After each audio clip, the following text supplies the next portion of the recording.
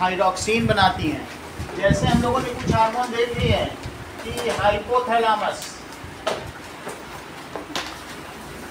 तो इससे दो तरीके के हार्मोन्स निकलते हैं। कौन कौन से हार्मोन्स हैं? That is releasing and inhibitory hormones. जबकि पिट्यूटरी ग्लैंड से क्या होता है? Pituitary gland that it gives growth hormones.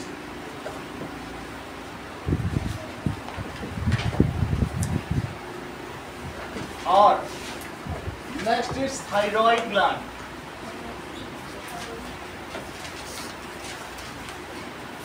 It gives thyroxine. ठीक है, लोकेशन इनकी देखो, इन ब्रेन, मिड ब्रेन में होता है ये, और ये बिलो ब्रेन, और ये क्या होगा कि that is at neck. Windpipe होता है, उसके ऊपर लैरिंग्स उसी के पास पाया जाता है।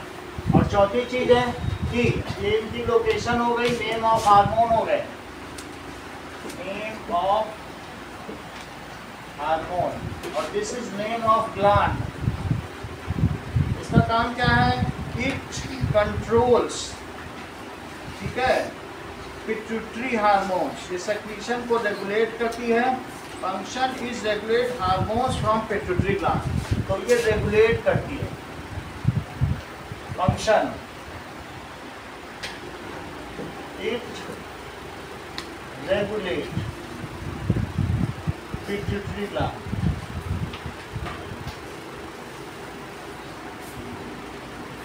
It is responsible for height.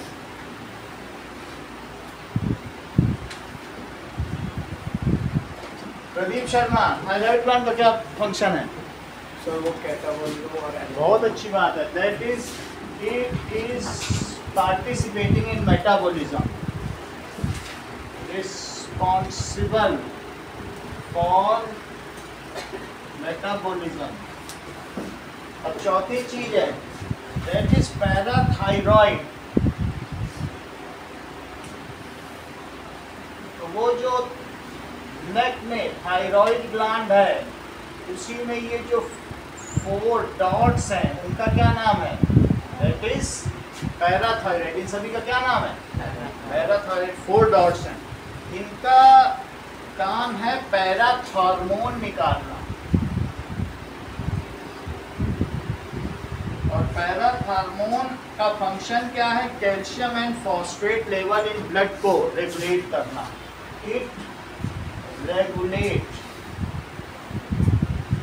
जिससे हमारी बोन डेंसिटी प्रॉपर रहे। अभी अलग से भी दिखाएंगे। Calcium and phosphate level,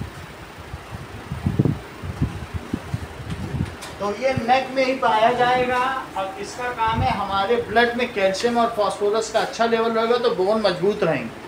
calcium और फास्फोरस से ही तो हमारी बोन स्ट्रांग होती है, उनसे बनी ही होती हैं।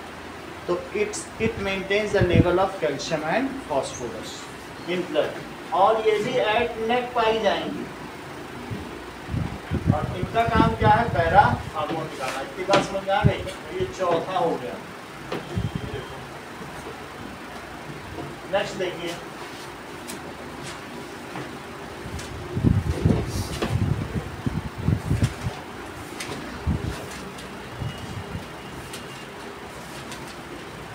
नाउ थाइमस ग्लैंड कहाँ पाई जाती होगी? बिल्कुल ठीक, जस्ट जहां पर नेक के नीचे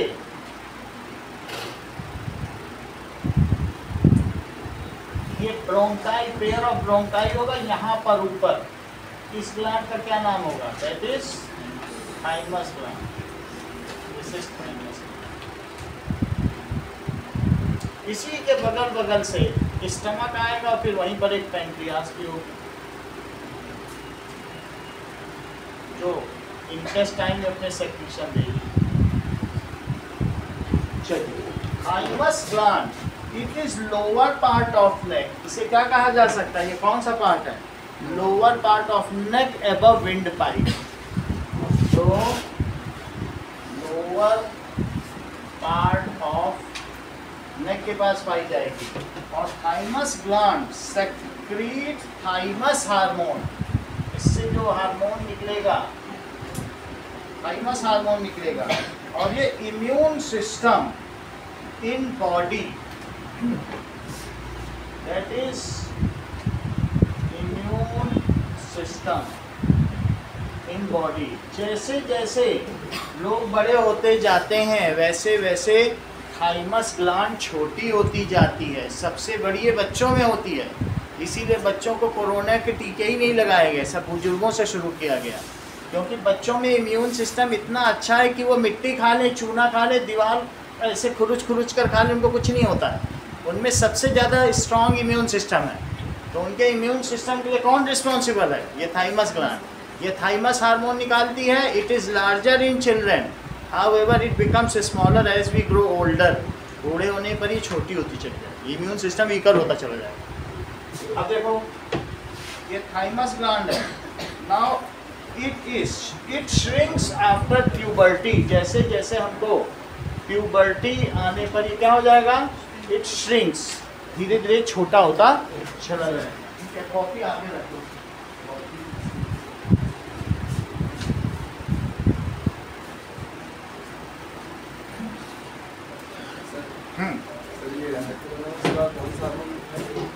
हाइपोथैलेमस के बाद पिट्यूटरी। नहीं sir, hormone releasing and inhibitory, यानी इनहिबिटरी का मतलब जो स्विच ऑफ करे, वो इनहिबिट करे, किसी चीज को रोकने वाली चीज को इनहिबिट करना कहते हैं। तो एक है रिलीजिंग, एक इनहिबिटरी। अगला देखिए पैनक्रियास। हमने देखा पैनक्रियास क्या काम करता है? एक इंसुलिन तो देता ही है, वो एक्सोक्राइन है, लेकिन ब्लड में क्या डालता होगा? ब्लड में ही इंसुलिन डालता है। तो इट रिलीजेज इंसुलिन, और ये किसके पीछे पाया जाता है? इज फाउंड बिहाइंड, स्टमक के पीछे पाया जाता है। ठीक है, स्टमक के पीछे पैनक्रियास है, और ये इंसुलिन निकालता है। जिसका काम क्या होता है इंसुलिन का, बताइए? Yes, it maintains blood sugar level. Insulin निकालेगा, it maintains blood sugar level, and it is located behind stomach। ये हेट्रोक्राइन ग्लैंड है। जो एक्सोक्राइन और एंडोक्राइन दोनों होती है उसको हेट्रोक्राइन ग्लैंड कहा जाएगा। सही है? हाँ, या मिक्स ग्लैंड भी कहा जाएगा। अच्छा, that is it is found, ये क्या काम करती बोलो? It maintains, thymus hormone, it maintains blood sugar level.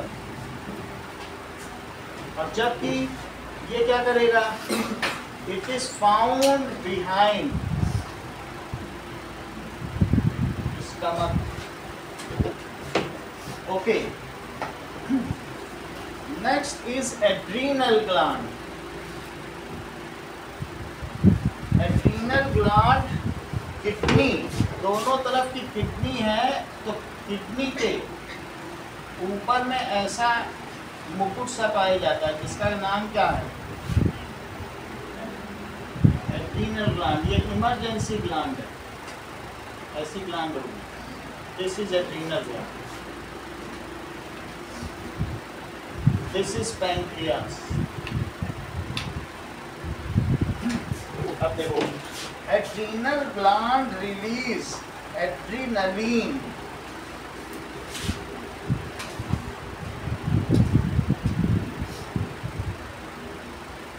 and this is located at top of kidney। कहाँ located है? at top of kidneys, दोनों किडनी के ऊपर है। और इसका काम क्या है? It enables body to fight or flight। In case of emergency situation, जब कोई भी इस आकस्मिक अवसर आएगा तो वो हमें तैयार करती है। It prepares body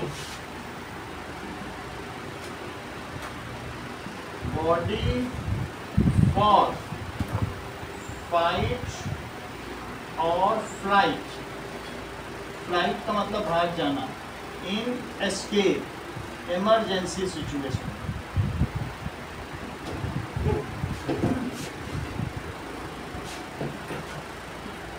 Next gland is, this is also known as gland of emergency. Adrenal gland का दूसरा नाम है gland of emergency. Next is testes. Testes glands testosterone secrete करेगी, जो ब्लड में डायरेक्टली मिक्स हो जाएगा। और इसका काम क्या होगा? इसका काम होगा कि मेल सेकेंडरी फीचर्स देना। सो सेकेंडरी सेक्सुअल फीचर्स ये मेल को देती है। और ये लोकेटेड कहाँ होगी? It is found at lower abdomen. Lower abdomen में होगी और इन पाउचेस। ये किस में होगी? पाउचेस का नाम है स्क्रोटम। पाउचेस का क्या नाम होगा? स्क्रोटम। दीज आर टेस्टिस, इसको स्क्रोटम को। और एब्डोमेन के नीचे होगी और outside the body. It is found outside body, ठीक है, outside body at lower abdomen. Abdomen का मतलब पेट होता है, lower abdomen.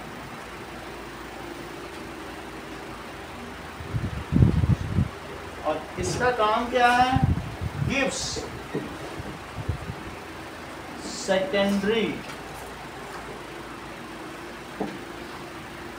Sexual features to male during adolescence. कब देगी? किशोरावस्था में। Adolescence. Next is ovary. Ovary कहाँ पाई जाएगी? On either side of uterus, ठीक है, या फीमेल रिप्रोडक्टिव पार्ट लिख रहे हैं। यूट्रस के दोनों तरफ एक एक ओवरी होगी। इट इज फाउंड, और ये काम क्या करेगी? दो चीजें निकालती है, एस्ट्रोजन एंड प्रोजेस्टेरोन।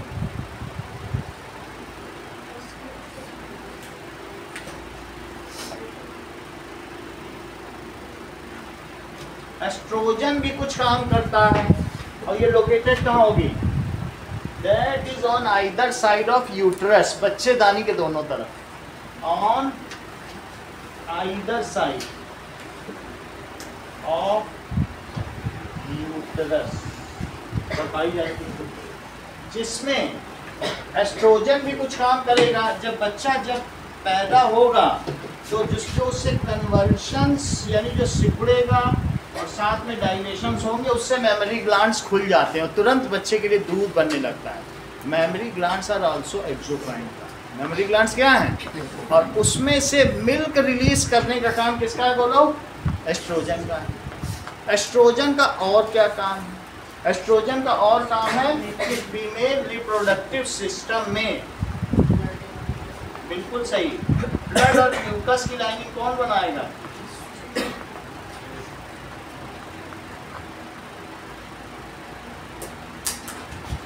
ये यहाँ पर पाए जाएंगे। एक ओवरी यहाँ है और एक ओवरी यहाँ पर, सही है। एग रिलीज करेंगे तो ये तो इनका एक्सोक्राइन फंक्शन है, लेकिन एस्ट्रोजन रिलीज करना इनका एंडोक्राइन फंक्शन, क्योंकि वो ब्लड में मिलेगा। ब्लड में मिलना चाहिए कि नहीं?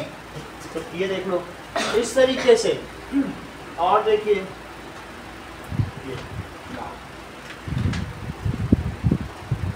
अब इनके काम देखो क्या क्या है।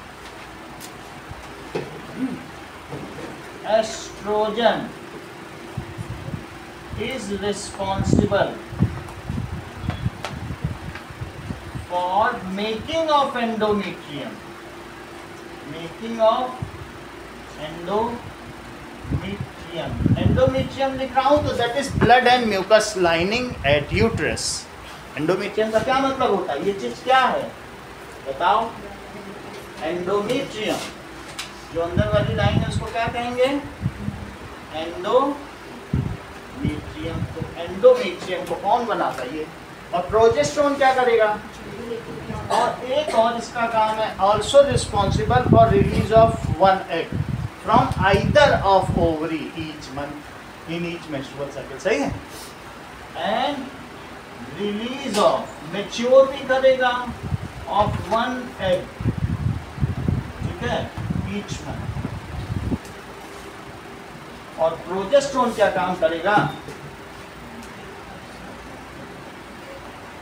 Progesterone responsible for breaks down endometrium.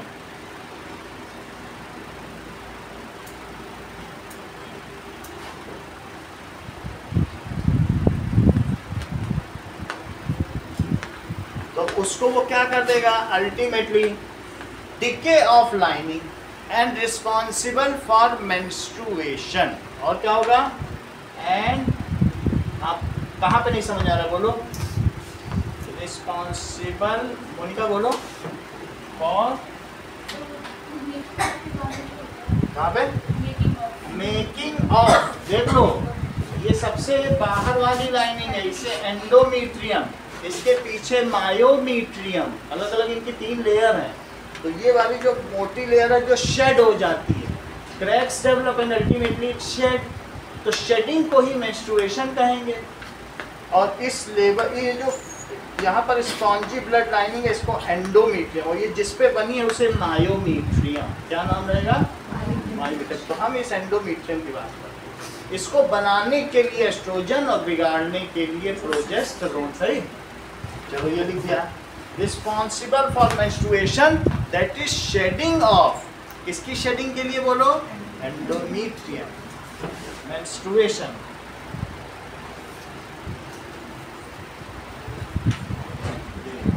कितनी बात? शेडिंग, शेड का मतलब है वो गिर जाए कोई चीज तो उसे शेड कहते हैं कि नहीं? Shedding of, responsible for menstruation, या फिर shedding of blood and mucus lining. जो सरल लगे वो लिख लो। शेडिंग, शेड का क्या मतलब होता है? कि गिर जाना कोई चीज, शेड कर देती है, उस लाइनिंग को ही क्रैक कर देती है। Shedding of blood and mucus lining. बोलो। और म्यूकस वो लिख सकते हैं, जो पहली बार ब्लड आएगा, वो मिल्क आएगा, उसके लिए रिस्पॉन्सिबल है। फिर तो मेमोरी ग्लैंड अपना खुद ही काम करेगी। बात समझ में आएगी नहीं? That is first lactation. Oestrogen किसके लिए रिस्पॉन्सिबल है? बोलो। फर्स्ट लैक्टेशन, ठीक है। आफ्टर पार्ट्यूरेशन, पार्ट्यूरेशन का क्या मतलब होता है? Delivery of baby. बेबी को जब डिलीवर कर दिया, उसका नाम क्या है इसमें बायो में? पार्ट्यूरेशन। पेट में बच्चा है तो जेस्टेशन पीरियड, उसे क्या कहते हैं? बोलो। जेस्टेशन। और बच्चा डिलीवर हो गया, किसी ई कार्ड ने डिलीवर कर दिया, तो उसको क्या कहेंगे? पार्ट्यूरेशन। सही है। तो पार्ट्यूरेशन के बाद जो फर्स्ट लैक्टेशन है उसके लिए कौन रिस्पॉन्सिबल है? एस्ट्रोजन। अब इसको लिख लो यहाँ पर, आप लिख सकते हैं, तो हम अभी लिखाएंगे इनके बारे में, तो दिखा देंगे। सही है। ये तो टेबलेट हमने करा दिया सारे। अब लिखो कुछ चीज़ें। चलिए, हम लोग कहाँ तक समझ चुके थे? हम लोग थायराइड ग्लैंड तक समझ चुके हैं। थायराइड के आगे आप देखते हैं पैराथायराइड।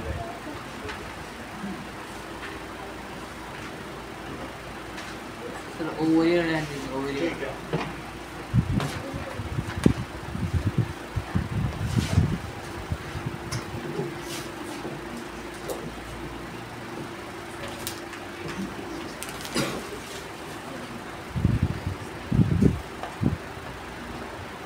Now,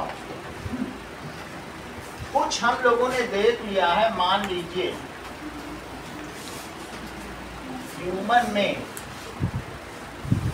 अगर एंडोक्राइन ग्लैंड है तो कहाँ कहाँ ये लोकेटेड है? तो पहला ब्रेन के अंदर ही है, और ये अंदर में है, और यहाँ दो हैं, एक नीचे है। फिर यहाँ पर देखेंगे तो पीछे आने पर एक यहाँ पर होगा, फिर उसके अंदर दो हैं, फिर इधर चले आइए, फिर इसको बंद कर दीजिए, दैट इज डायफ्राम से बंद कर दिया। डायफ्राम के भी नीचे आ जाओ तो दैट इज एक पैंक्रियास बना दो। पैंक्रियास के बाद इधर यहाँ पर क्या है, दैट इज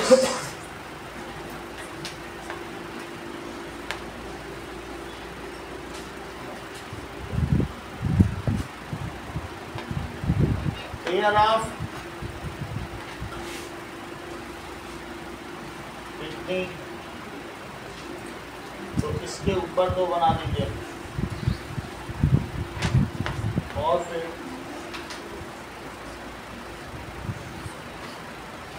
ठीक है, नाउ पाउचेस में दो बना दें। और यहीं पर आप पूरा ना बनाना चाहें तो ऐसे भी ओवरी पता करके ऐसे बनाई जा सकती है। पूरा हमें सिस्टम तो बनाना नहीं है। और कुछ बच गई क्या, that is adrenal gland. Adrenal gland, this is ovary. जब ओवरी लिखना तो इन फीमेल लिखना, फीमेल, एंड दैट इज अच्छा। एस्ट्रोजन इज ऑल्सो रिस्पॉन्सिबल निष्का for secondary sexual character in female. ये हमने नहीं लिखा है, देखो एस्ट्रोजन के दो और काम है ना, जैसे एमसीक्यू में सब आता है, ये पूरा टेबल में से आई हुई चीज़ें। अब ये देखो, ये क्या है बोलो, टेस्टिस इन मेल। एड्रीनल हो गया। पैंक्रियास, पैंक्रियास भी हिट्रोक्लाइन ग्लैंड है। This is thymus. इसके अंदर के डॉट्स क्या हो गए, पैरा थायरॉइड ग्लैंड, और ये बाहर वाला थायरॉइड। ये क्या हो गया, पिट्यूटरी। ये क्या हो गया, ये पिनियल है। पिनियल का कोई काम नहीं है।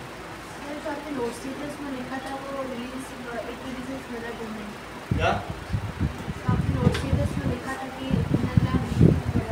मेलाटोनिन है तो बता देंगे, है कई जगह लिखा है, ठीक है। हमारे रंग को काला या गोरा करता है, चेक करेंगे। और काला रंग जिसका है वो धूप से लड़ लेगा, उसको स्किन कैंसर नहीं होगा कभी, अल्ट्रावायलेट। अब ये देखो पिनियल ग्लैंड है, और ये कौन सा है बोलो, हाइपोथैलेमस। जो 2000 लोग गए थे अलास्का में, ग्रीनलैंड में गए थे ना, उसमें सबको यूवी रेस की वजह से ओजोन होल हो गया ना, हो गया था। जो काले काले साइंटिस्ट जो इंडियन थे, लैटिन वो सब बच गए, बाकी सबको कैंसर हो गया। आगे देखें, now let us come to parathyroid gland.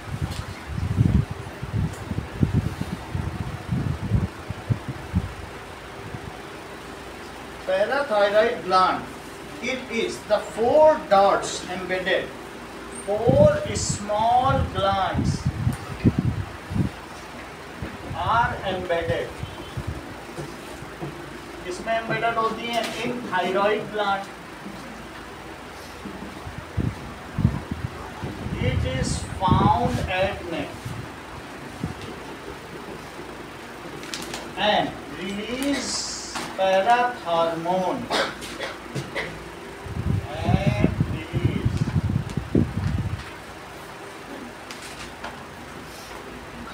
its function is, parathormone का काम क्या है, its function is to maintain calcium and phosphate level in blood. दोनों बोन्स के लिए जरूरी है। फॉस्फेट लेवल्स, फॉस्फेट का मतलब है PO4 माइनस, और कैल्शियम तो Ca2+ होता ही है। तो बोन डेंसिटी के लिए रिस्पॉन्सिबल है। Now thymus gland,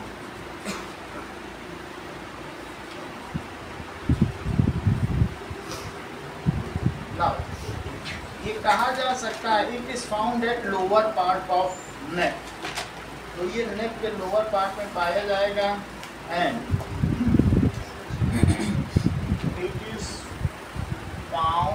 over wind pipe होगा, विंड पाइप होगा, and at lower part of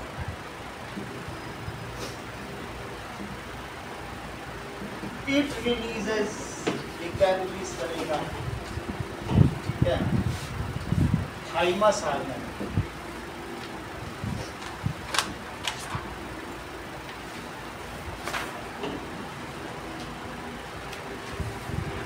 hormone release करेगा जिसका काम क्या है, which develops immune system in body.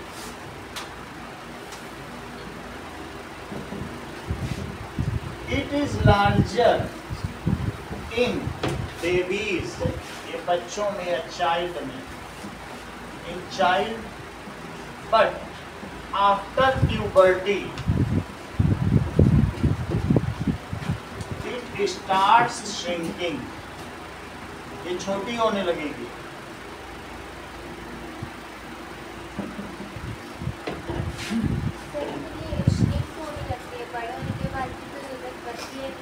Immune system weak हो जाता है, छोटे में ज़्यादा चाहिए होता है इम्यून सिस्टम, क्योंकि हाइजीन कम रहता है ना बच्चे का।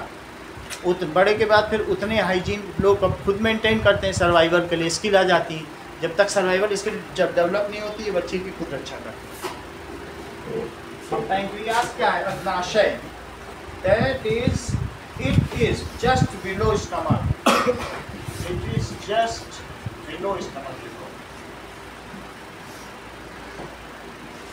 बिहाइंड के साथ बिलो लिखिए, just below stomach. It's secrete, ये क्या सेक्रीट करती है, insulin, which mixes with blood, ये ब्लड में मिक्स हो जाएगा, mixes with blood and breaks down glucose, और उसे पाइरूवेट को तोड़ देगा, breaks down glucose, ये काम करता है। और इस तरीके से and maintains blood sugar level,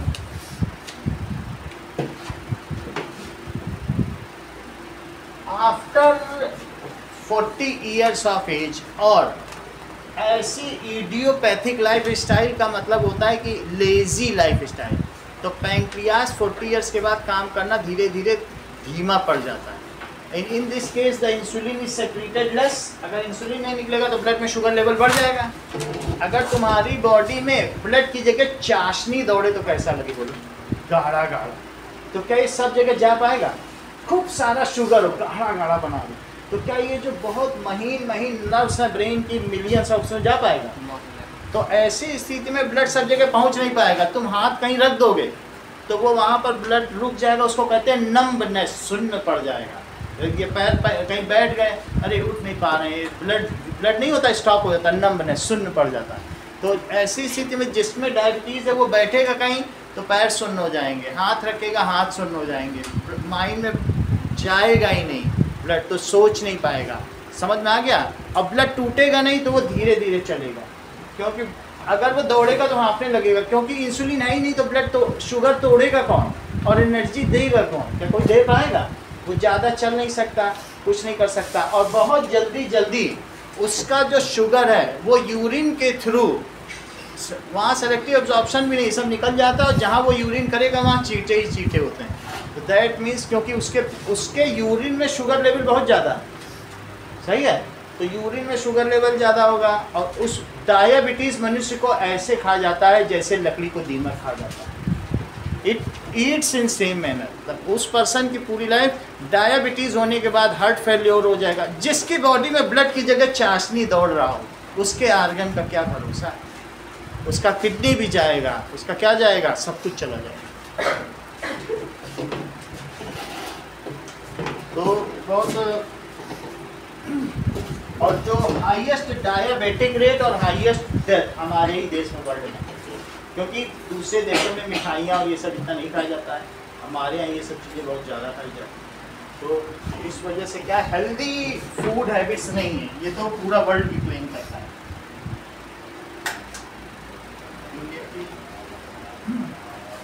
चलो, तो अब इन सभी के बारे में लिखते हैं कि क्या चीज होती है डायबिटीज, क्या होती है। तो ये तो मालूम हो गया, it maintain blood sugar level. अब आगे का देखो। So deficiency of insulin hormone if pancreas does not work properly. बच्चों में भी होता है लेकिन उतना नहीं होता। अब बिलो कर लो उसको, बिलो कर लो, इसमें बिलो लिखो, उसको अमेंड कर सकते। सही है। तो if pancreas does not work properly then क्या होगा, less insulin is secreted. It mostly happens after 40 years of।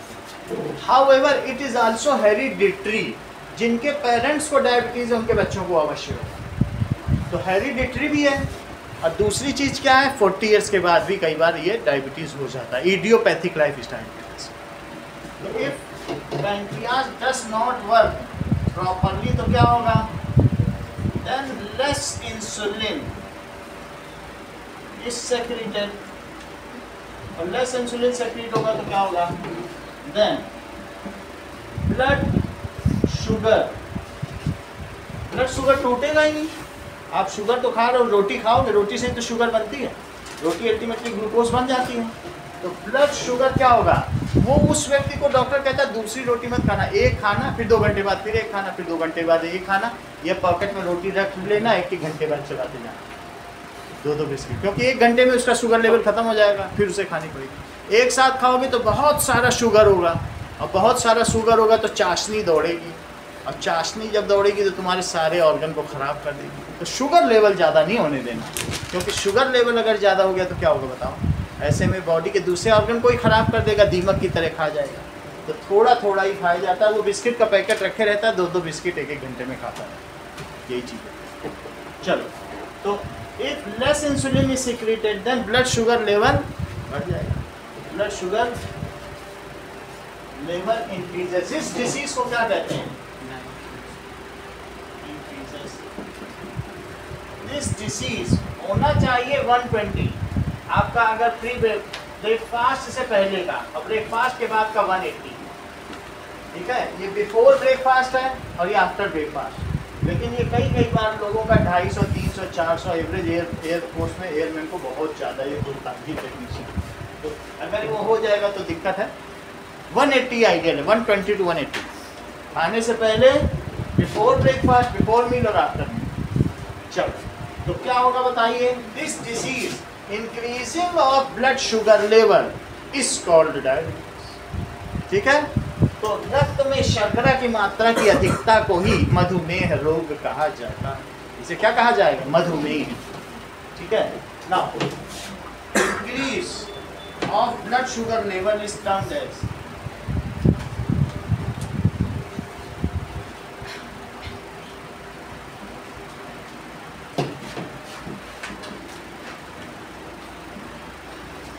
Diabetes. सबसे ज़्यादा पेशेंट बढ़ रहे हैं हमारे देश के। चलिए शीश को लिखो।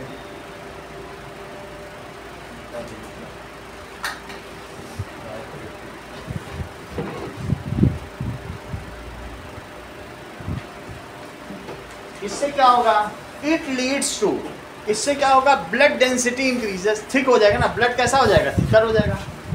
नाउ ब्लड becomes thicker, ये 3 नंबर का अलग से डायबिटीज पे किया था। ब्लड becomes thicker एंड क्या होगा बताओ, does not flow properly, ठीक से फ्लो ही नहीं करेगा इन कैपिलरीज। अगर मान लो बहुत गाढ़ा ब्लड है और हार्ट से को पंप करो, उससे को ब्लड ना पंप करो, अब तुम्हें चाशनी पंप करनी है, तो बोलो हार्ट पे जोर लगेगा।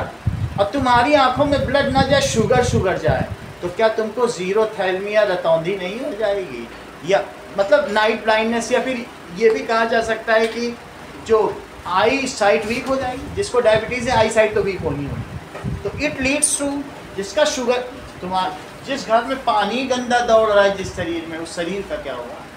क्या उसकी आई नहीं खराब होगी, हार्ट नहीं खराब होगा, कि किडनी नहीं खराब होगी, कि लीवर नहीं खराब होगी? सब कुछ तो खराब हो ही जाएगा ना, सही है। और साथ में और जो भी चीज़ है, नंबनेस तो होगी। इट लीड्स टू, इससे क्या होगा बोलो? It leads to numbness. Numbness का मतलब है सुन्न होना, जैसे सो जाना, पहले सो नहीं जाता कई बार, नंबनेस। और इसी तरीके से लॉस इन विजन, विजन का लॉस हो जाएगा। और that is chances of heart attack.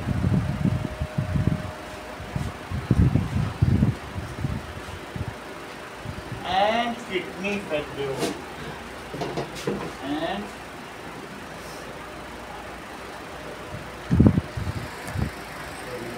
Kidney भी फेल हो सकती है। तो इसकी वजह से कुछ लोग इंसुलिन लिए रहते हैं, खुद भर के यहाँ पेट में लगा लेते हैं। उनको मालूम है कि पेंक्रियास क्या, उसी में डाल लेते हैं। वो इंजेक्शन खाने के बाद लगा लेते हैं, बहुत सारे एयरमैन ऐसा करते हैं। तो उसमें क्या होता है कि खुद ही डालने, इंसुलिन तो रहेगा शरीर में, दिन में एक बार डाल ही लेते, पेट में से यही डाल इंजेक्शन, किसी डॉक्टर की जरूरत नहीं। इसको डायबिटीज ऐसा सही है। अब कुछ लोग इसको डाइसिप्लिडीमिया भी कहते हैं। इस बीमारी को क्या कहते हैं? डाइसिप्लिडीमिया। और इस बीमारी में फिर कुछ लोग दवा भी खाते हैं, करेला जामुन का रस भी पीते हैं, अलग अलग सब लोग तरीके से करते हैं। इंसुलिन क्या होता है? इंसुलिन होता क्या? इंसुलिन एक ऐसी चीज है कि जो जैसे शुगर है, तो शुगर ये है, शुगर का ये स्ट्रक्चर है, और इसमें इंसुलिन एक की तरीके से, ये एक तरीके का, जैसे ब्लड में जो मिलेगा वो तो हार्मोन होगा, इंसुलिन हार्मोन है। ये एंडोक्राइन ग्लैंड में जितनी भी चीज़ें तुम पढ़ रहे हो सब क्या है, ये इसके अंदर जाएगा, उसको टक से तोड़ देगा। ये समझो ग्लूकोज, तो ये की और लॉक की तरह काम करता है, ठीक है। तो this hormone just break down into 2 pyruvate, इसमें तोड़ देता है। तो अब वही पाइरूवेट माइटोकॉन्ड्रिया में जाके CO2 और वाटर बना देते हैं। It breaks down glucose into, जब ये इसमें की के अंदर चला जाएगा तो बोलो क्या हो जाएगा, ऐसा हो जाएगा।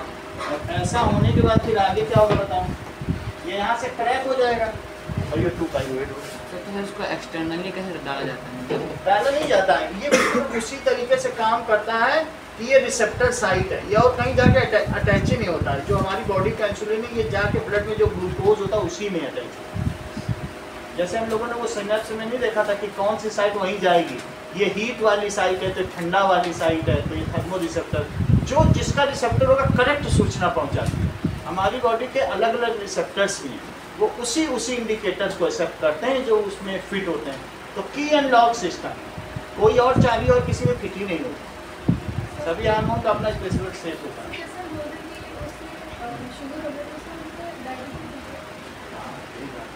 अगर कहेंगे कि उसका शुगर हो गया या उसका शुगर लेवल है, जनरली तो लोग ये कहते हैं उससे तो शुगर है, तो डायबिटीज सही है। समझ अगर इंसुलिन हार्मोन है उसको हम एक्सटर्नली कैसे डाल रहे हैं? एक्सटर्नली लोग डाल लेते हैं, मान लीजिए पेट में यहाँ डालेंगे, इधर परिश्रम है यहीं डाल देंगे, वो इंसुलिन उन पेंक्रियास उनको बता देता है डॉक्टर, एक बार वो पेंक्रियास में डाल देंगे, फिर वहाँ से वो रिलीज होकर ब्लड में चला। फार्मूला क्या होता है इंसुलिन का? वो देख के बताएंगे। इंसुलिन की ये बॉटल है, जैसे ये देखो, ये अपने आप कुछ बच्चों को भी लगाया जा रहा, तो दैट इज, ये देखो ये हाथ में लगा रहा है डॉक्टर, ये इंसुलिन है, ये इंसुलिन 2.5 ml का डोज रहता है, तो इसमें लेके हाथ में भी लगा सकते हैं, हाथ में भी लगा सकते हैं। दूसरा क्या है, चाहे तो मैंने जैसा पेट में बताया, ठीक है, तो पीरियडो इम्यूनाइजेशन पेट में लगाया जाए, इंसुलिन ऐसा है।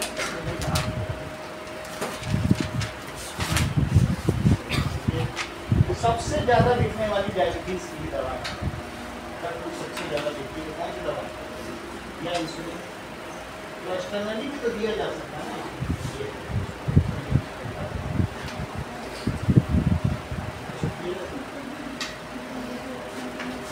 डॉक्टर लगाएगा हाथ में तो ये वीकली लगा देगा, पेंक्रियास भी पेट में लगा सकते, लोग खुद करते हैं। बच्ची थोड़ी लगा पाएगी इंजेक्शन, एक बच्ची से वो लगाओ तो वो तो डर ही जाएगी। बड़ा आदमी समझदार है, बच्चा थोड़ी समझदार है, उससे कौन इंजेक्शन लगाएगी, कहेगी हम मर जाएंगे, लगाएंगे। तो बच्चे के लिए कहीं लगा देगा डॉक्टर के हिसाब से। हम लोग हाथ में लगाएंगे तो नर्व में नहीं जाएगा, नर्व बहुत पतली है, पैंक्रियाज बड़ा है, तो खुद लगाने में मैनुअली एक नर्व ढूंढना क्या आसान है? वो कितना करता है डॉक्टर जब कुछ इंजेक्शन लगाता है तो कितना कैसे नर्व ढूंढता है, क्या ढूंढ पाओगी? तो इसके लिए वो पेट वाला सिस्टम ज़्यादा ठीक है, नहीं समझ में आ गया ना?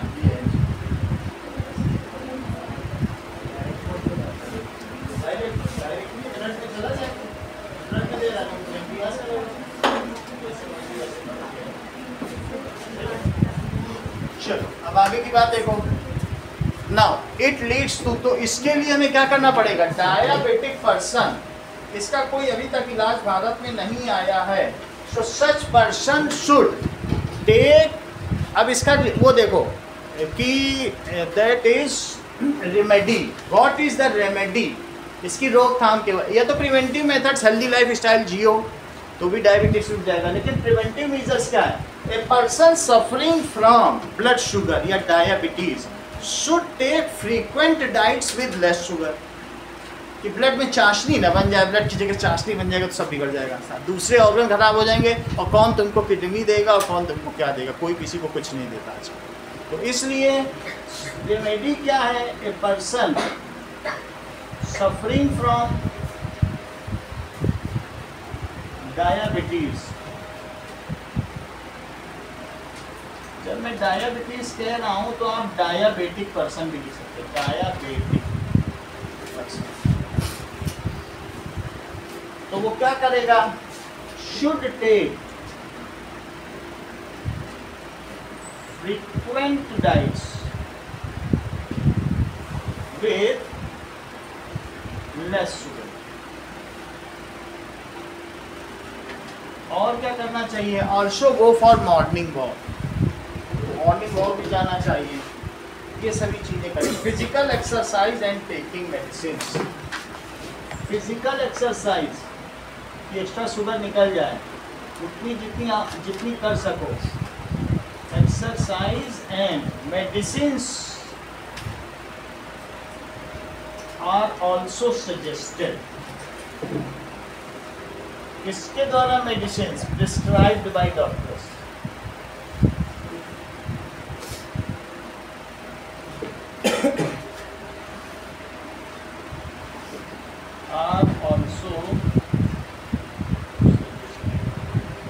आगे की बात देखिए, ठीक है। Some diabetic persons in later stage are also, ठीक है, injected by insulin. At later stage insulin injections are suggested. At later stage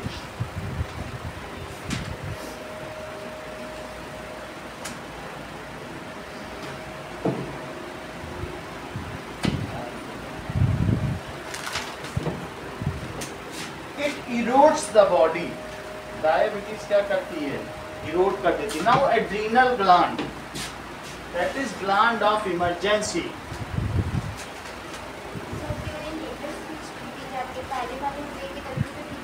क्या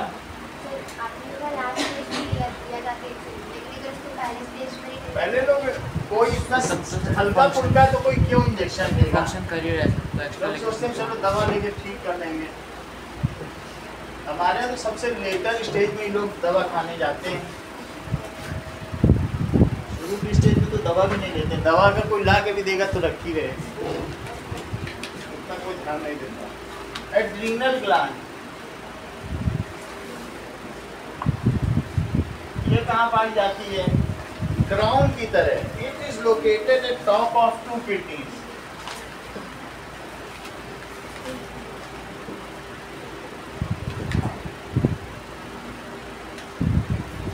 Okay, and secrete adrenaline hormone.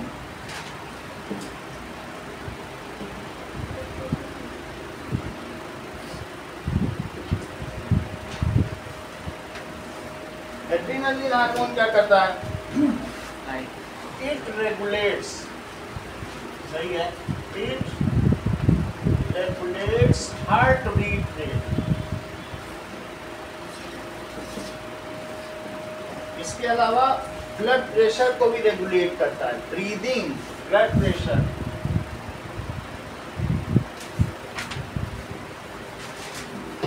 जितना चाहिए उतना ये दे सकता है, इतना इसमें पावर है। एंड ब्लड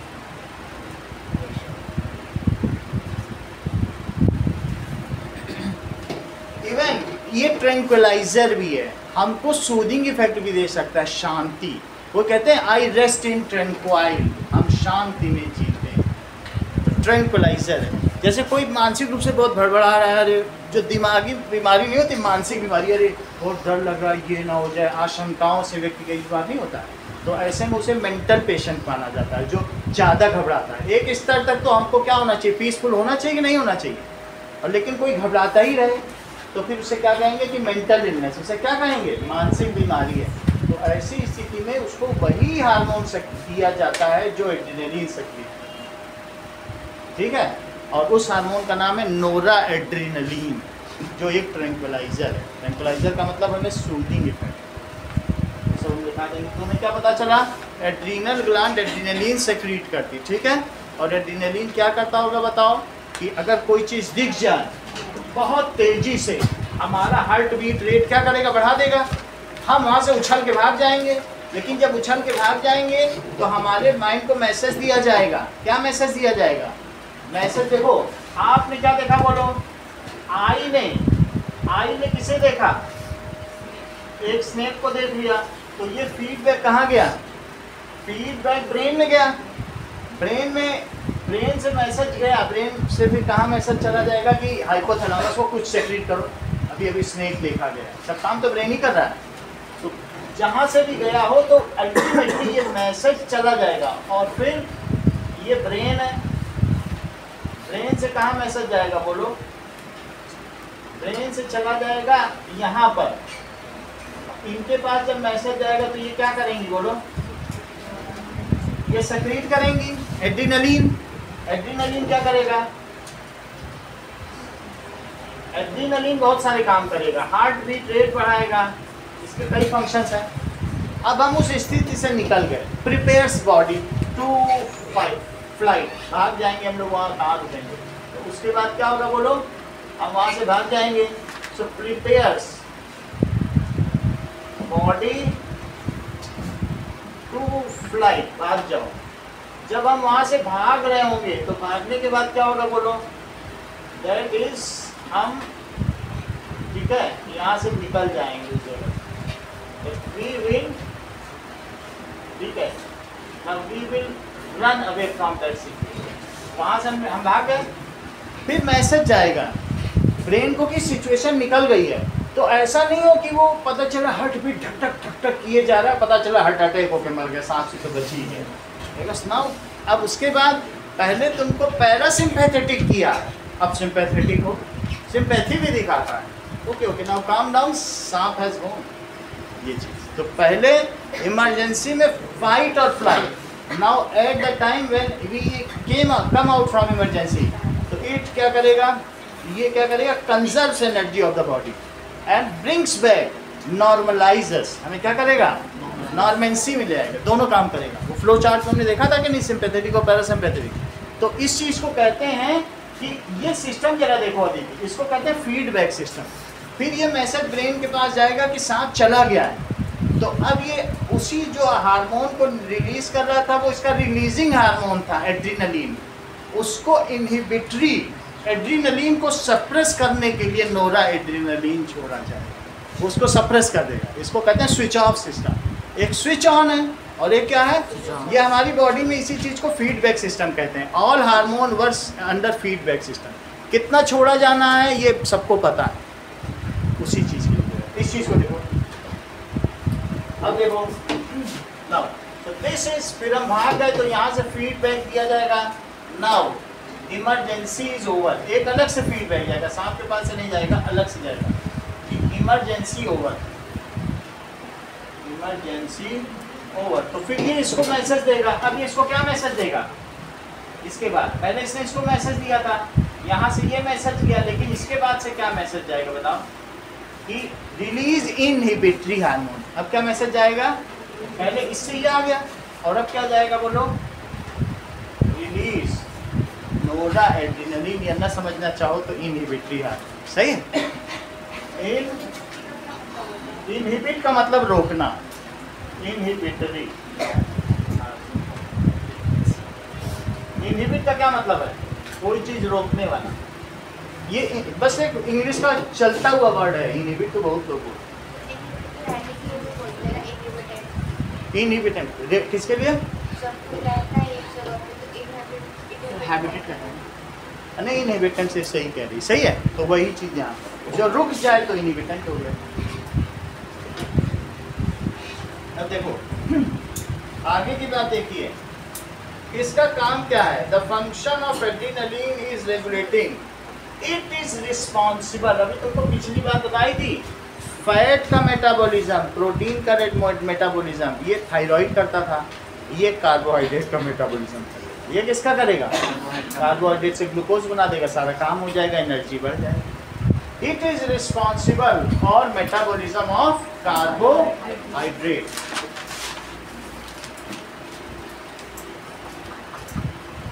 और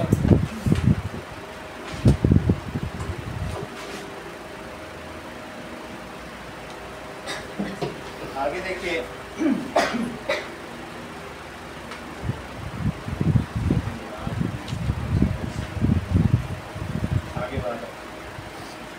it prepares body for fight or flight.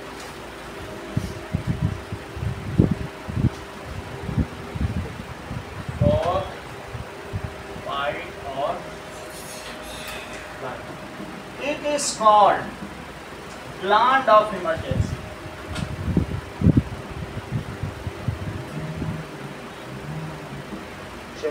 Next is testes.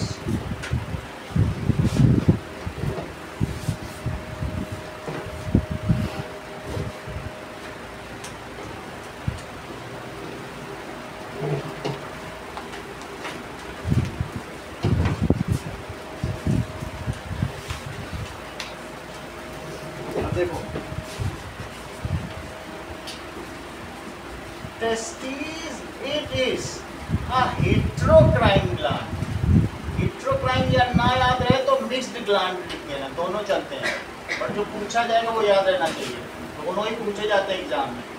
3 heterocrine लिखो तो लिखना पड़ेगा। It is heterocrine gland as it is endocrine as well as exocrine, as endocrine as well as exocrine. It releases testosterone, और ये locate कहाँ पर होगा? It is located below abdomen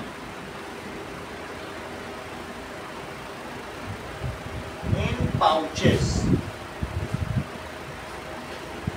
pouches में होगा, ठीक है। And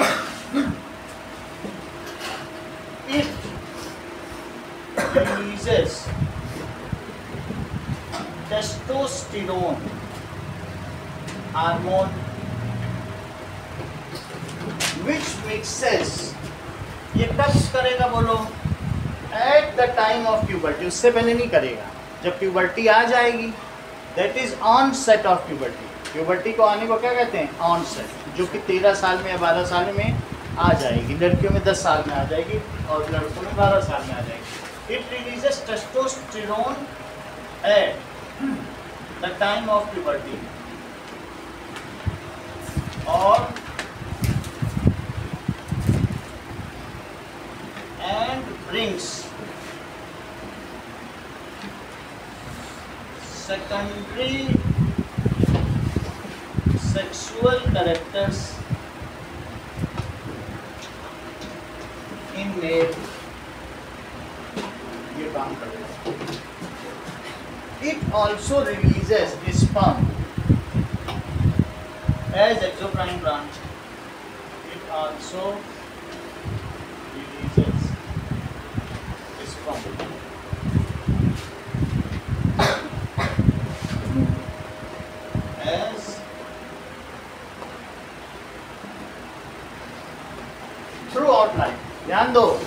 एडोलेसेंस में टेस्टोस्टेरोन, एडोलेसेंस के बाद जब मेल कैरेक्टर आ गया, अचीव हो गया, तो अब थोड़ी फिर और मेल थोड़ी ना बनाना है, या फीमेल को और फीमेल किसी को थोड़ी, बन गया तो बन गया। अब उसके बाद पूरी जिंदगी भर इसको स्पर्म तो रिलीज करना है ना, तो sperm throughout life, that is releases sperm as exocrine gland through out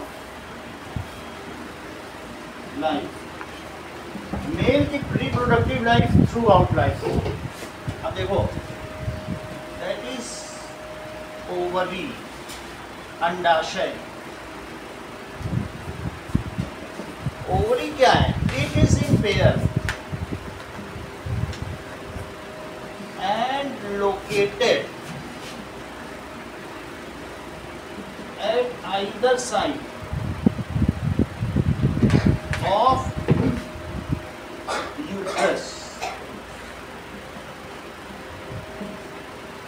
uterus के दोनों तरफ रहेगी ओवरी, और इसका काम क्या है? नाउ इट रिलीजेस, ये देखो,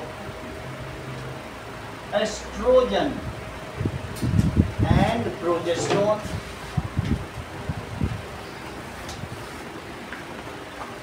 हार्मोन, ये दोनों हार्मोन इससे निकलते हैं। एस्ट्रोजन क्या करेगा? Brings secondary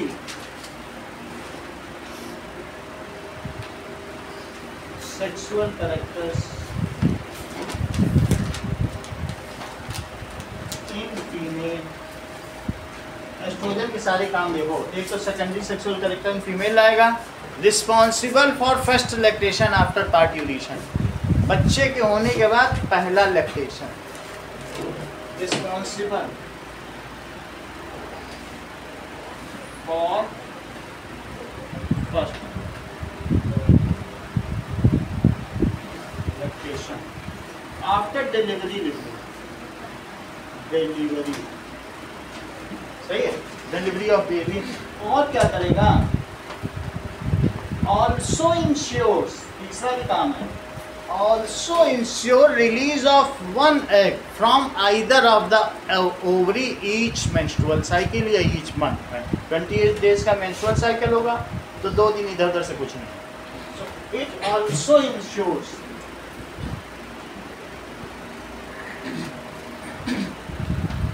release of one egg each month from either of ovary। अच्छा, एग का निकलना तो एक्सोक्राइन बनाता है, लेकिन एग को निकालने वाला भी एक एस्ट्रोजन ही है। एस्ट्रोजन की वजह से निकला, मतलब एस्ट्रोजन की वजह से एक्सोक्राइन है। सर डिलीवरी में ए होगा, ई होगा, वेरी करो, ई होगा, यहाँ पे ये आएगा ना, बी यहाँ पे ए के होता, ए के होता, ठीक, B E L I V E R, भी आएगा, ठीक है। डिलीवरी हो गई। और क्या काम होगा बोलो? प्रोजेस्टेरोन क्या करेगा? Progesterone is responsible for developing crack in endometrium if fertilisation does not. मान लो अगर स्पर्म नहीं मिला एक से, तो फिर उस एंडोमेट्रियम की क्या जरूरत है? उसको शेड हो जाना चाहिए। सो प्रोजेस्टेरोन क्या करेगा? Is responsible for shedding of blood and mucus lining, जिसे कि एंडोमेट्रियम भी कहा जाता है। If fertilisation does not occur, it also ensures, और ये क्या इंश्योर करेगा? no second egg is released every month. It also ensures no second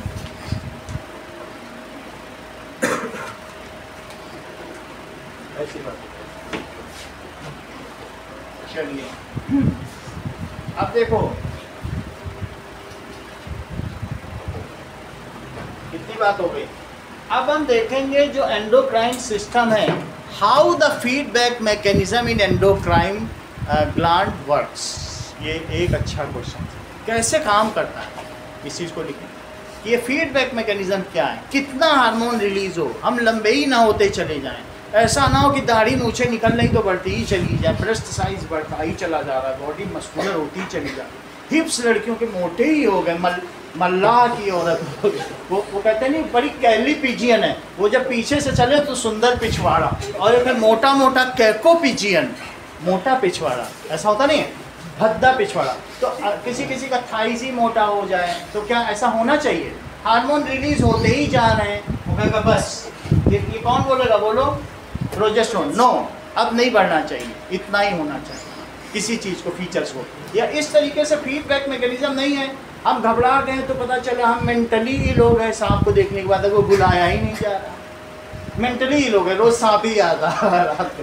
तो ऐसे में फिर क्या हम नॉर्मलाइज हो पाएंगे? नहीं हो पाएंगे। तो हमें उस स्थिति से निकालने के लिए क्या कोई फीडबैक मैकेनिज्म नहीं होना चाहिए कि कोई लंबा है गिगनेटिक हो गया और कोई डॉर्फिज्म को ही प्राप्त हो गया, तो क्या ये ठीक है? तो neither less secretion of hormone is good और neither excess secretion is useful. तो हमें क्या करना होगा बताओ? क्या इसके लिए हमारी बॉडी में हमारे सर्वाइवल के लिए कोई फीडबैक मैकेनिज्म नहीं होना चाहिए? तो that mechanism is there and how it works, इस पर एक क्वेश्चन आता है, दैट इज फीडबैक मैकेनिज्म। हम उससे देखें।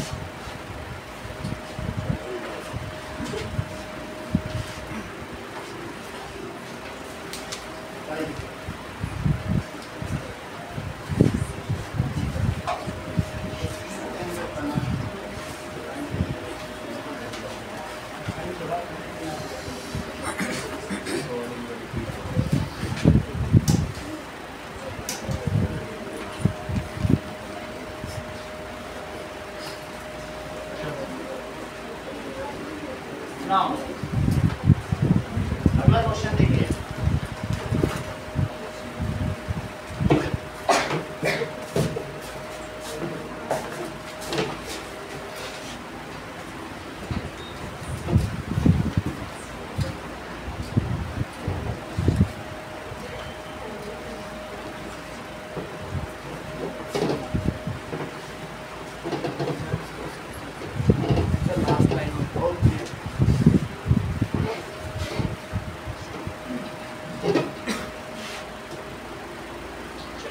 What is feedback mechanism in endocrine gland system? जो हमारा हार्मोनल सिस्टम है उसमें फीडबैक मैकेनिज्म क्या है and how it works. Okay, what is feedback mechanism in hormonal system?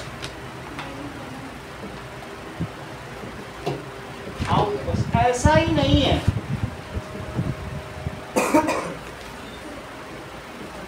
सिर्फ देखो अदिति, एंडोक्राइन में नहीं एक्सोक्राइन में। मान लो तुम्हारे बैक्टीरिया सब मर गए, अगर पेट में सारे तुमने बाहर का खाना खाया तो अब और एसिड नहीं सेक्रेट होना चाहिए, ऐसा होगा कि नहीं?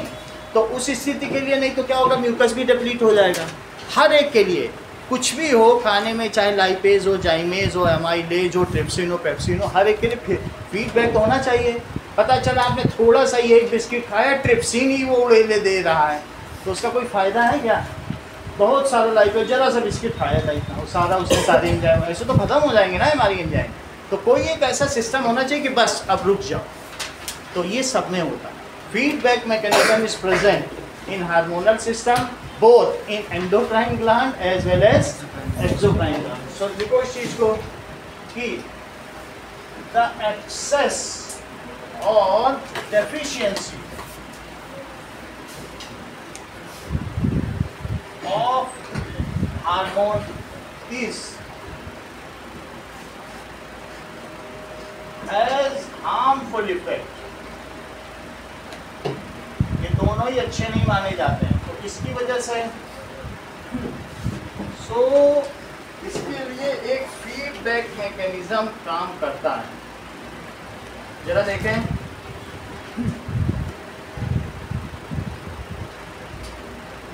एस मान लो डेफिशिएंसी हो जाए,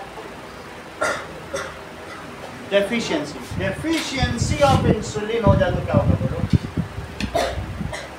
Leeds to deficiency of insulin leads to diabetes and excess of insulin leads to coma. वो पैरालिटिक हो जाएगा, बेड पे चला जाएगा। मतलब कि अगर 180 से ऊपर के तो डायबिटीज होगा और 120 से लो गया तो कोमा। हाँ, अगर मान लीजिए ब्लड शुगर लेवल बहुत कम हो गया, बहुत ज़्यादा निकल रहा है, तो ऐसे में क्या हो जाएगा? हेलो, हाँ जी, हाँ जी, हाँ जी, हाँ जी। अच्छा, कौन? दिग्विजय अभी टेस्ट दे रहा है मैम। ओके, संडे टेस्ट नहीं दिया था। कितनी देर में कर लोगे? 10 मिनट्स बोल रहा है। Okay,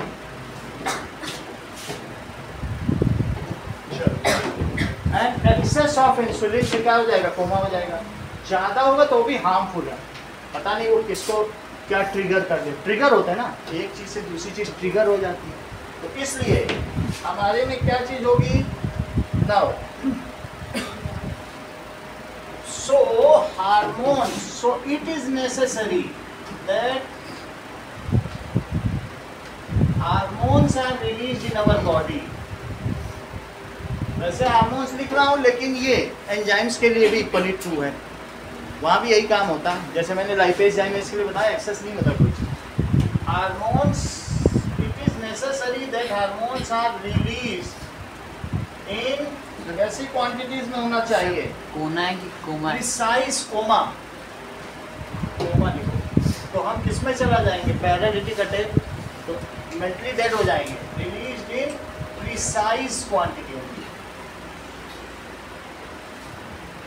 this is insured by, ऐसा कैसे होगा? For this a mechanism is there to regulate. किसके लिए होता है? For this mechanism is there to regulate release and release का मतलब है switch on and inhibit। उसी चीज को रोक दो तो उसे क्या कहेंगे? वो inhabitant है, ये inhibit है, आई का अंतर है। तो inhibit, switch off,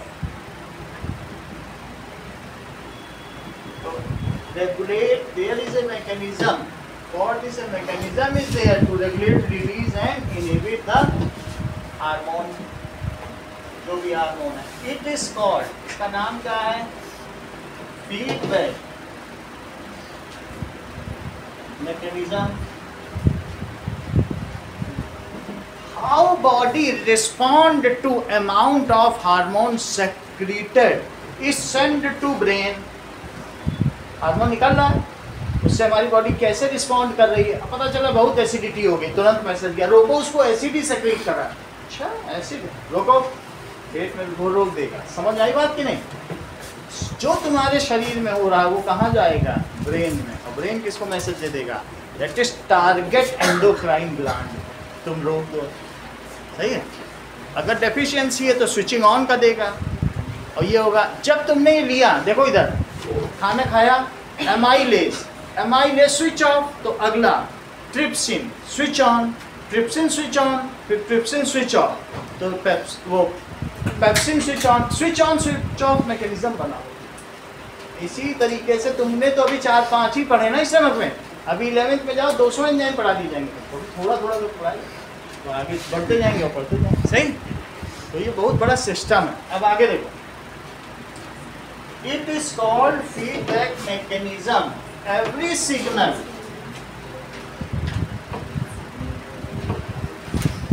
how body respond to,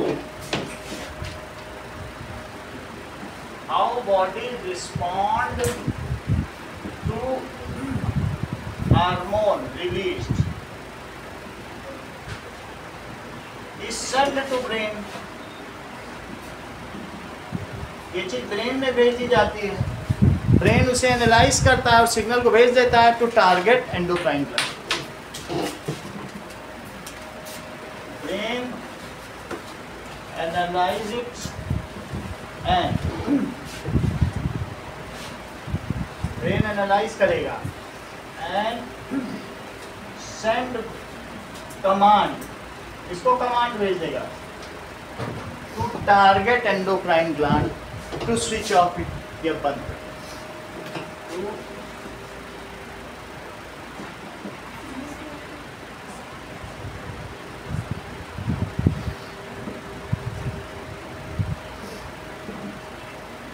switch यही चीज है. बोलो. एवरी जो भी सिग्नल है,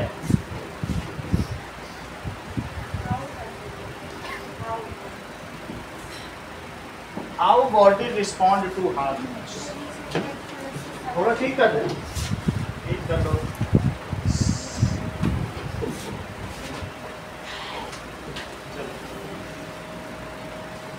Signal related to how body responds to hormones. That is signal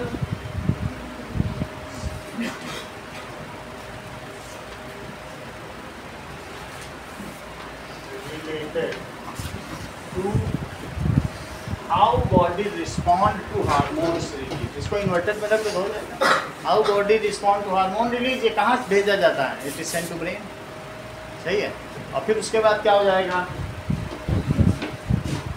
अब देखिए इसकी वजह से क्या होगा कि जैसे एग्जाम्पल क्या दिया है, इफ ब्लड शुगर लेवल, इसका एग्जाम्पल देखो.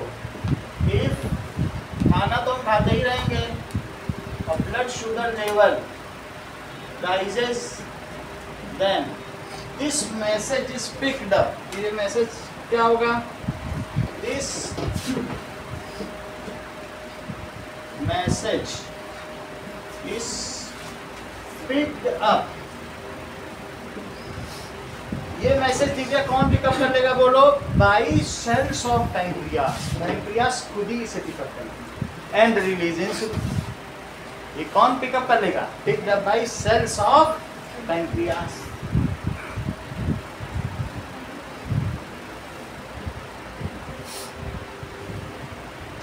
एंड और जब ये मैसेज पिकअप हो जाएगा and it releases insulin. When sugar level falls to a certain level, then again message is picked up by pancreas and it stops releasing insulin. बोले कि रुक जाओ, मामला शांत हो गया. सही कि नहीं? When sugar level falls, भी लोगों को इंसुलिन ने तोड़ दी ना शुगर. When शुगर लेवल 120 से, मान लो 120 से 180 होना चाहिए, 120 से नीचे गिरने लगा, क्या रुक जाओ, काम बन गया. ठीक था? When sugar level falls up to a certain level,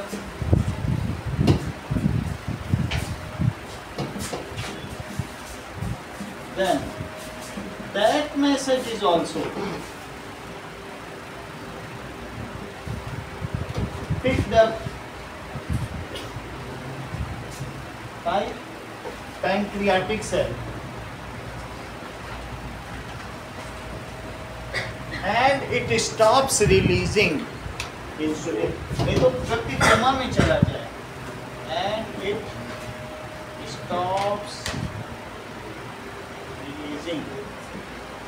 sir coma से पहले भी तो कुछ होता होगा ना, डायरेक्ट थोड़ा ना कोमा से का पहले. मतलब है कि अगर ब्लड शुगर लेवल कम होती चली जाए ना, तो आप चलोगे तो चक्कर आ करके सर्फेंटेशन आएगा. क्योंकि वो क्या होगा, ब्लड शुगर लो होने का मतलब है कि ब्रेन काम नहीं करेगा. तो ये चीज़ें बहुत ज़्यादा इंसुलिन सेक्रीट हो जाएगा तो उससे क्या होगा बताइए. बहुत ज़्यादा इंसुलिन, अब उसका हम एक बार और थोड़ा देख के बताएंगे आपको कि तब क्या होगा, कोमा में कैसे जाता हो, पर चला जाता है.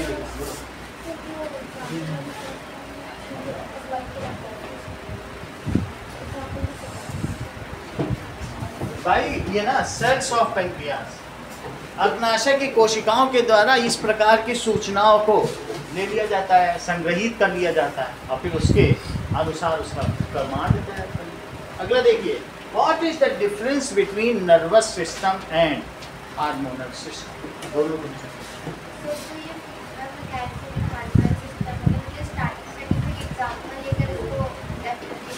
आप, हाँ मैं ये बता रहा हूँ कि फीडबैक मैकेनिज्म की जरूरत क्या है, ये होता कैसे हो, इसका एग्जाम्पल ऐसे किया। डायरेक्टली लिख सकते हो कि वास्तव में ये क्या लिखा गया बताओ। हाँ। और क्या देखो ये इस जरूरी क्यों है, वाई इट इज नेसेसरी, तो उसके लिए आपने क्या लिखा है बताइए, प्रिसाइज क्वांटिटी का होना जरूरी, तो उसके लिए रिलीज और इनहिबिट के लिए switch on switch off system होना चाहिए कि नहीं। आगे करिए,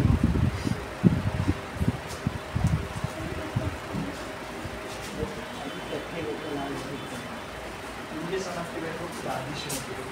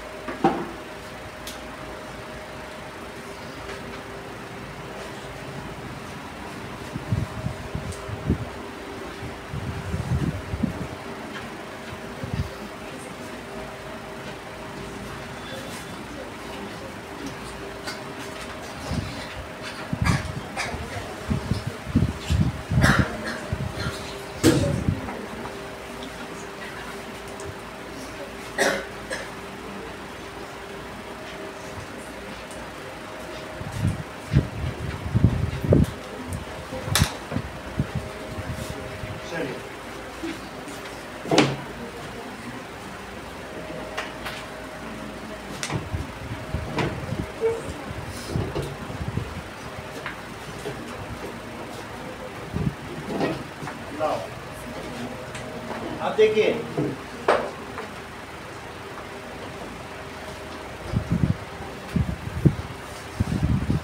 name some exocrine gland and heterocrine gland, that is mixed gland. Exocrine का नाम लिखो,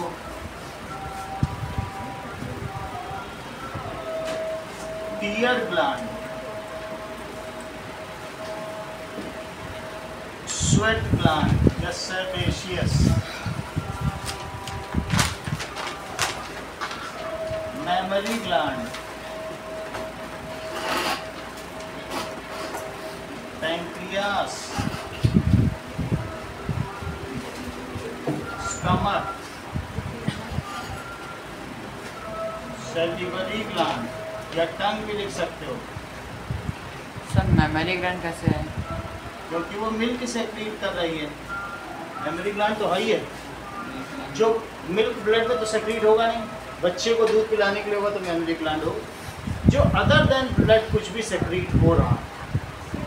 ब्लड में क्या सेक्रेट, एस्ट्रोजन ब्लड में हो रहा है, एस्ट्रोजन ब्लड में होगा, इसको स्विच ओवर कर दिया, फिर ये करती रहेगी जब तक बच्चा 2 साल का नहीं हो जाएगा। सही है, ऐसा तो होगा ना। अब जरा देखो, हाँ और बोलो। म्यूकस ग्लैंड नहीं, म्यूकस सेक्रीट होता है। और कौन सी रह गई थी? सेलिब्री ग्लैंड हो गई, that is testis and ovary. Testis, ये सारी चीज हो गई। हेट्रोक्राइन ग्लैंड का नाम बताओ।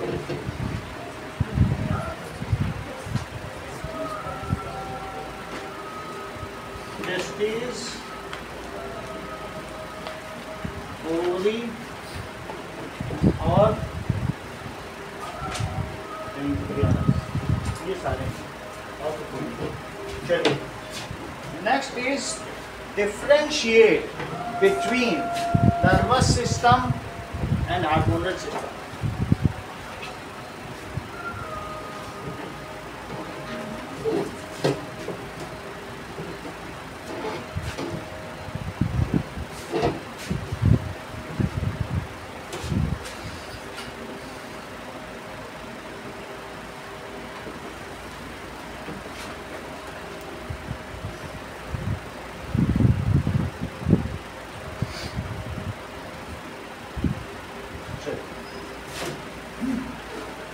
It is made of neurons.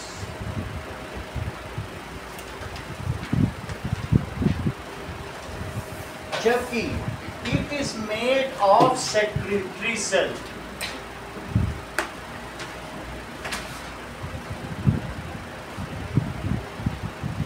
इसमें क्या होंगे, ये जो भी पूरा होगा इसमें इस तरीके के सेक्रेटरी सेल्स होंगे जिसमें कोई लिक्विड भरा है, और जबकि ये न्यूरॉन से नर्व सेल से बनी।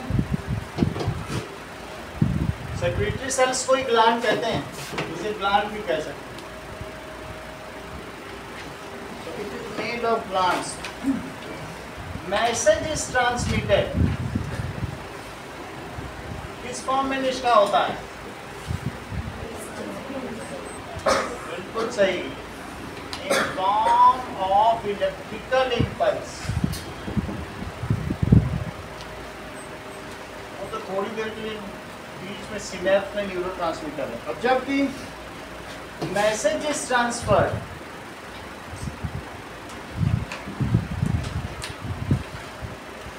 इन फॉर्म ऑफ, किस फॉर्म में? हार्मोन्स।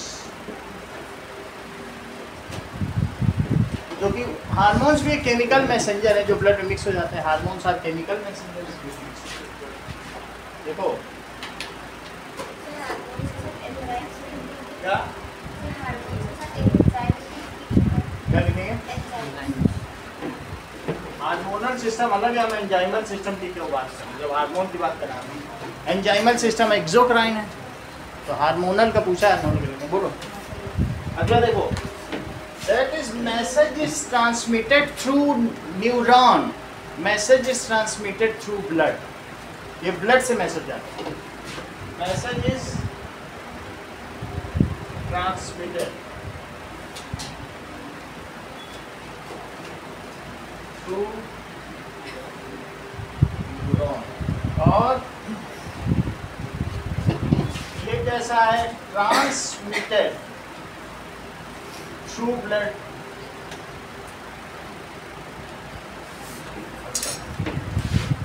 अगला देखिए, मैसेज ट्रेवल वेरी क्विकली, और जल्दी जल्दी चलेगा, जब इसमें क्या होगा? Message travel slowly, relatively slower.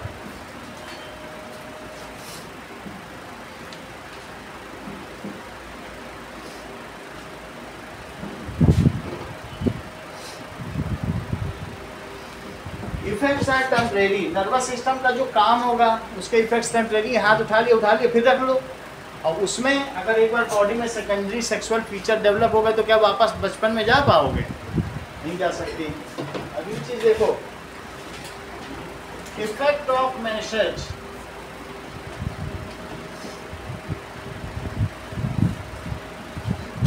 lasts here remains for a short while, for short period of time.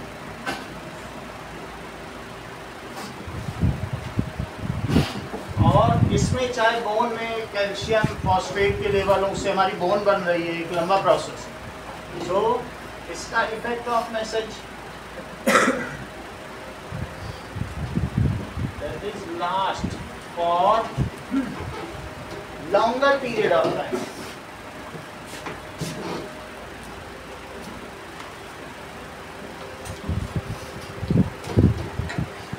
tabulate name of hormones, name of glands, released hormones, locations annotated and functions.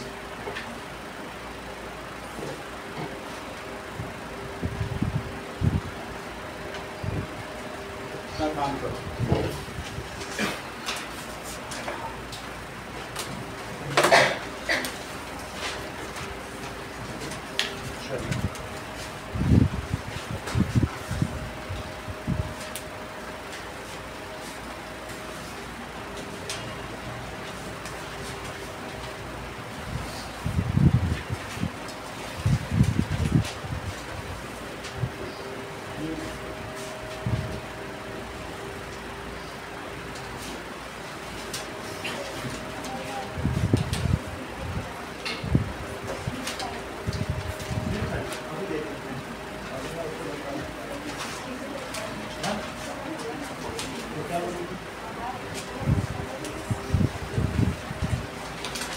देख लेता हूँ बुक में यही लिखा है कि वेस्टिजियन है, कोई नोन फंक्शन नहीं, अगर होगा तो देखिए।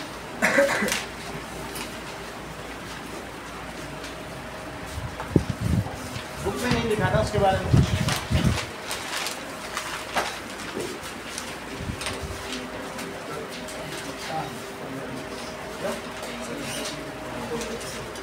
अरे रिकवर नहीं किया क्या?